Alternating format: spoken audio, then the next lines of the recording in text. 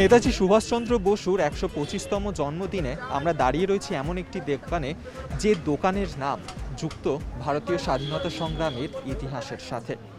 বলা হয় একসময় নেতাজি সুভাষচন্দ্র বসু এখানেই আসতেন, এই দোকানে এসে এখানকার যে তেলে ভাজা চপ এবং মুড়ি খেতেন। ১৯১৮ সালে এই দোকান প্রতিষ্ঠিত হয়, যার নাম লক্ষ্মীনারায়ণ সন্স এবং সেই দোকানেই বলা হয় যে যখন প্রেসিডেন্সি ছেড়ে একসময় স্কটিশ চার্চ কলেজে নেতাজি সুভাষচন্দ্র বসু পড়াশোনা শুরু করেন, সেই সময় এই দোকানেই আসতেন নিয়মিত এখানকার তেলে ভাজা খাওয়ার জন্য। এবং এই দোকানের যে প্রতিষ্ঠাতা খেদু সাউ, তিনি যত্ন সহকারে কিন্তু এই দোকানে নেতাজি সুভাষচন্দ্র বসুকে তেলে ভাজা খাওয়াতেন।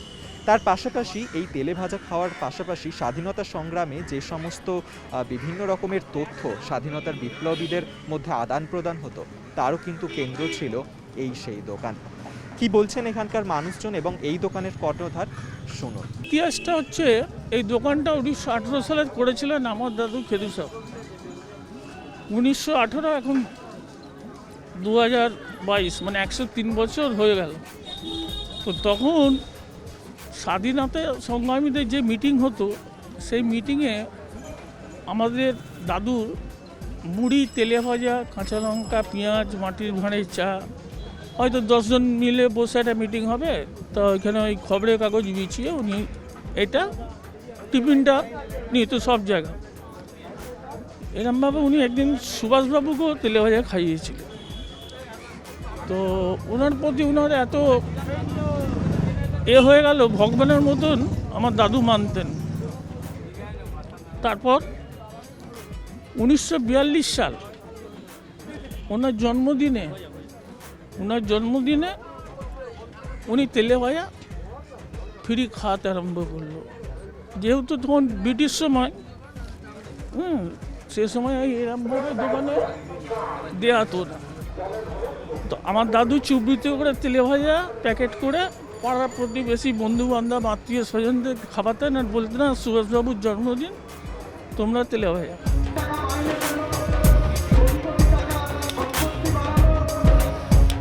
প্রতি বছর আমি আপাতত যতদিন জন্ম থেকে দেখছি, আমার জ্ঞান থেকে আপাতত এখনো পর্যন্ত সিস্টেমটা চলেই আসছে একইভাবে।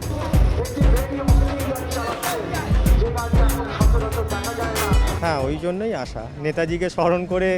হ্যাঁ, এটা উদ্দেশ্য যে সবাই নেতাজিকে স্মরণ করে ওনারা যে চপটা আমাদেরকে দাঁড়িয়ে করেন।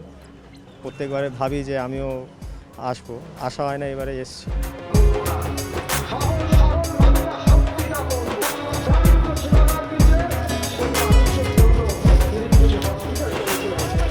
প্রত্যেক বছর বিগত কয়েক বছর বলবো না, বিগত অনেক বছর ধরে ওনারা 23শে জানুয়ারি নেতাজির জন্মদিনে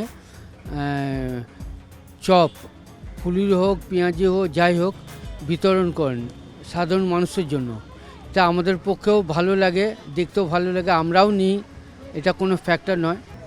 বিগত 5 প্রজন্ম ধরে এই দোকান কিন্তু সেই ঐতিহ্যকে বজায় রেখেছে।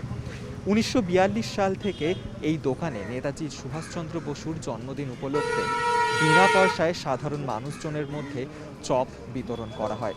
প্রত্যেক বছর এখনো পর্যন্ত ২০২২ সাল পর্যন্ত এই প্রথা কিন্তু তারা বজায় রেখেছে। সময়ের সাথে সাথে পাল্টেছে দোকানের চিত্র, এবং আগে যেখানে শুধুমাত্র তেলে ভাজার ক্ষেত্রে ফুলুরি এবং চপ ভাজা হতো, সেখানে কিন্তু আজকে আরও ভ্যারাইটি রকমের চপ এই মুহূর্তে এই দোকানে রয়েছে।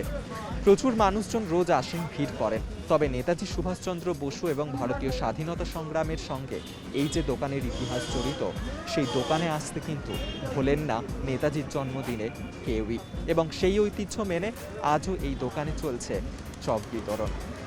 এতক্ষণ সেই চিত্রই আপনাদের সঙ্গে তুলে ধরছিলাম। ক্যামেরায় জয়দীপ দাসের সাথে অভিক নন্দীর রিপোর্ট, সমাচার প্লাস বাংলা, কলকাতা।